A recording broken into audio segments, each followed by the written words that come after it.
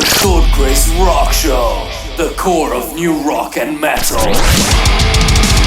Hello, welcome to another interview from the Short Grace Rock Show. I'm joined by Tyler and Food, which is a hell of an interesting name, of Kill Lincoln. Yeah, I suppose I have to start with that question then. So where does Food come from? Which is a weird question to ask, I suppose. I mean, it's kind of an inside thing. It's one of those tour jokes, and it just kind of stuck around. There's actually a lot of people who don't know that I have a name other than Food. I kind of like to keep it that way. I like that. Keeping it all in mystery.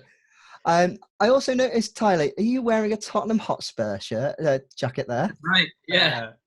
So, interesting season for you guys. I know we're going into football on music. I mean, you can probably guess what fan I am. I'm very happy. I'm a Liverpool fan. Anyway, so yeah. You're having a great run, aren't you? Not bad at all. It's amazing. Like the first title of my lifetime. It's nice to see. So yeah, anyway, you've got a new album coming out soon, guys. It's going to be called Can't Complain. So I want to ask you, what can't we complain about?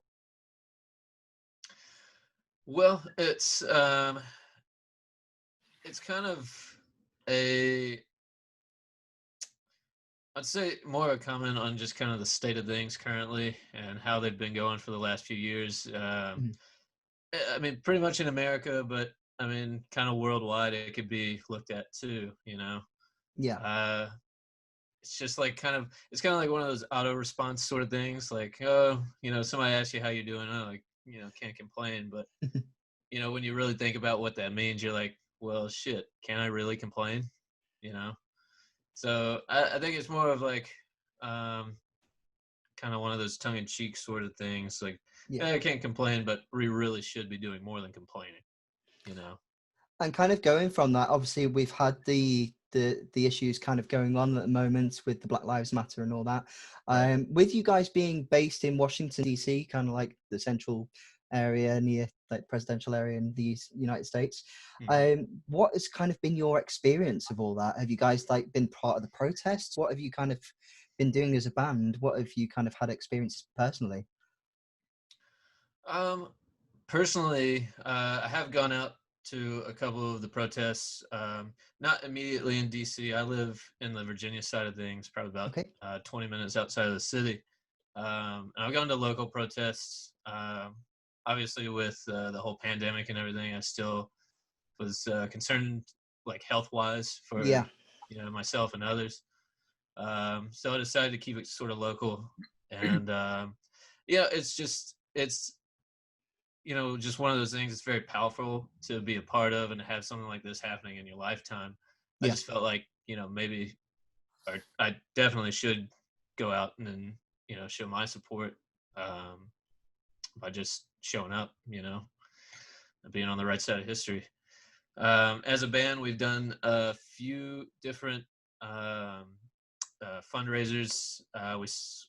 We're doing one earlier on, where we're like, if you donated to an organization to help out any sort of like civil rights matter, we would, you know, send you a link to an unreleased track that won't be on the album. Yeah, so we did that, and I think we had a couple other things, didn't we, Tyler? Yeah, I mean, we've tried to use the social media platforms to push out information and just be a voice and you know, share information. And like you said, it's important, yeah, that we're in DC and we're in the capital, but what we've seen is that so many of these issues are state and local issues as well. And so you see people protesting across the country, and it's important that people are using their voice all across the country, not just at federal seat of power in Washington. So important stuff going on, obviously. So, I mean, speaking music-wise, as a music scene, how do you kind of feel like we can be more welcoming in music for a range of people then? Well, I think music in general, I think it's just such a great conduit to kind of open up dialogue between people anyway. whether it be between race, just culturally, religious differences. There's all sorts of ways that we can kind of connect as a people through music. And I think just keeping that just general open-mindedness, that most, I will say most musicians kind of thrive in that sort of area anyway.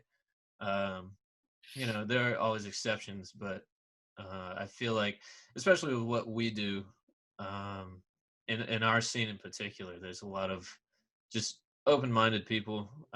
We get all kinds of folks coming out to our, see us play and to see other local bands we play with. Yeah. But go ahead. I mean, just to build on Food's point about being open-minded, like, I think a lot of people are open-minded and consider themselves as such, but at the same time, there's a lot of unconscious bias that manifests itself. And so just kind of doing the work on yourself to think about ways that you might be projecting opinions or beliefs that you might not even realize, and just the way that you communicate with people and stuff like that. So, I mean, doing some of the hard work of, thinking about the way that you speak and you interact with other people is an important part of it too. Mm-hmm. Lots of internal inflection. So obviously it's 7 years since you released your last album, 5 years since we've heard music from you guys. What have you guys actually been up to over that time? Have you kind of like still been in touch? Obviously, like, you guys have played shows and stuff, but what have you been up to in that time? Yeah, definitely been in touch. I think the first thing that kind of slowed us down a little bit was that Mike had moved out to California, and at the time, we had announced that we were done, and that wasn't any sort of marketing by any means on our part. Not that I had accepted it, because I probably would have never, because it was such a great part of my life, but I had kind of come to terms with the fact that that was it.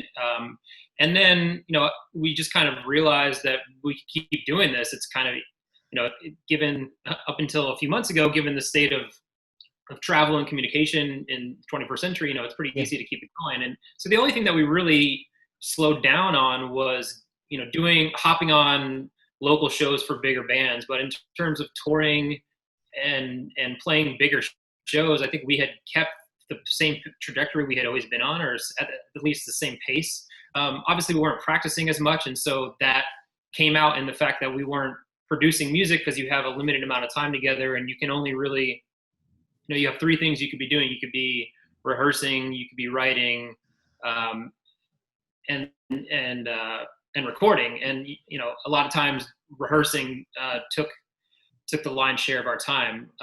But at the same time, we reached a point where it was like, if we want to move this forward, and be true to ourselves and be true to the fans, like we gotta do some more. Okay. We could talk a little bit about that process too, because he wrote with Mike. Where would you say that you kind of feel that the ska punk scene is right now? Do you feel like it's in a good place, or do you feel like where do you feel things are? I feel like this is a really exciting time for the genre in general. I feel like there's a lot of cool, like really interesting new bands coming out, especially through Mike's label, Bad Time Records. Yeah. And I know he's linked up with Pook, and doing Pook Out Records over y'all's way. And I think it's gonna be a really great, sort of thing when we get back to playing and we're able to travel and other bands are able to travel. It's only gonna get better, I think. There's just a lot of cool stuff going on. So with those two labels linking up together, do you think there's more potential now for you, obviously once this is all blown over, for you guys to come over to the UK, give us a show of Can't Complain potentially? Fingers crossed. Absolutely. Yeah, no, we're definitely, it's in the works. We're just kind of biding time right now. We're trying to get over there as soon as we can. I mean, we'd all love to get over there and, do what we do and, meet some of y'all's bands and see how they do their thing too. We also had Eat Defeat jump on a couple of our shows last year, so great. Right. Love those guys. That's a good great. link, right? You guys need to get back together. Right, they're great people. Yeah, wow. Okay, so it's a good little link there. So definitely an excuse to get you over. Right, okay. So obviously you put out the video for Ignorance is Bliss not too long ago. I want to ask, who do you think suffered the most while making it? Mike Drew. for sure. Drew for sure, yeah. Oh, Drew. Okay, I think it was Mike. He had to do all the hard work, like all the technical, all that technical shit.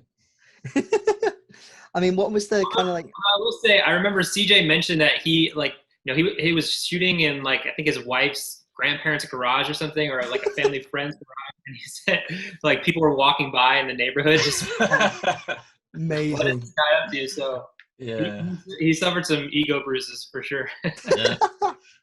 yeah. So I absolutely love the artwork for the album. I wanted to know, do you guys have like any idea what the idea was behind that? Was there a kind of a process you guys did together, or? Well, it was actually a collaboration from a tattoo artist that kind of gets around in like the DC Baltimore area, Okay. and Mike actually has a lot of artwork done by him, like a lot of tattoos that he's done, and we've all just kind of admired his style. You know, that's sort of it's like this sort of classic American style, but you know, with kind of more modern subject matter. So yeah, he just got up with a guy and was like, yeah, we need an album art. We'll have one album art, please. Just one album art served up.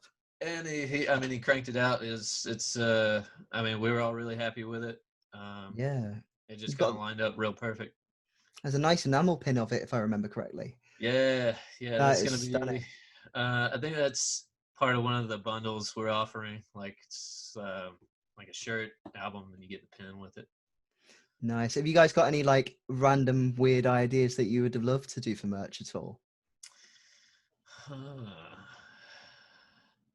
You know, we haven't really thought of anything yet. I mean, we did we've got the whole like Op Ivy ripoff shirt, and I think that's gonna be pretty cool for a lot of people. But I don't know. We've had a lot of spoofs in the past. Like we did a sticker that was it was a lightning bolt hitting the Lincoln Memorial. Like nice. Like a Bad Brains ripoff sort of thing. And of course, we did our local hockey team ripoff. But I don't know. There'll be more. We don't have anything in the books yet. But yeah, yeah, that's our bread and butter there. Just ripoff. Brilliant. So I want to kind of finish it up with a little bit of a positive idea. So what is the most important thing to you, particularly at the moment? I'm going to put this to both of you, that you would like to change in the world for the better. I think I know certainly stateside things are starting to look a little better as far as like society goes. I think we're making some big steps right now, particularly. I would like to see that continue. You know, it just shows that, you know, despite what's been going on over the last 4 years for America, there is a majority of people who, you know, care about the rest of humanity and you know, the future that we leave behind. So yeah, I would like to see more of that. Just keep this train rolling. Fantastic. And for yourself, Tyler? Yeah, I would echo what Food said. You know, I mean, it's been interesting to see. You know, we started out with the pandemic, and then we've had a much overdue conversation around racial justice and social justice issues. And you know, what we're seeing is that, unfortunately, even though we've had this moment to be vocal about the social issues, the underlying inequality is being exacerbated by this pandemic, right? And it's almost the pandemic's almost tailor-made to make these matters worse. So, you know, it's all part of one thing that needs to, all of these things need to be addressed in a rational, sane way with science and with reality. So, I mean, hopefully we can all maybe see some good changes coming in the future. And I totally agree. I'd love to see, obviously, these progressions continue to be made. So is there anything else you guys would like to say or perhaps promote before we wrap things up and say goodbye at all? Yeah, well, August 7th is the release date for the album. Can't complain. We worked pretty hard on it, and we're happy with it. I just hope everybody else is just as happy with it. I'm sure we won't be able to complain about that. Yeah. Hey. We already mentioned it, but pick it up on Cookout in the UK. And thanks for taking the time to talk to us. Thanks for listening to the folks who are tuning in. Thanks for giving us a shot. Much appreciated. Tyler and Food of Kill Lincoln, it's been an absolute pleasure. Thank you very much. Thank you, man. Cool. Thanks, Chris. Have a good one. Absolute pleasure. Thanks, guys. Yeah.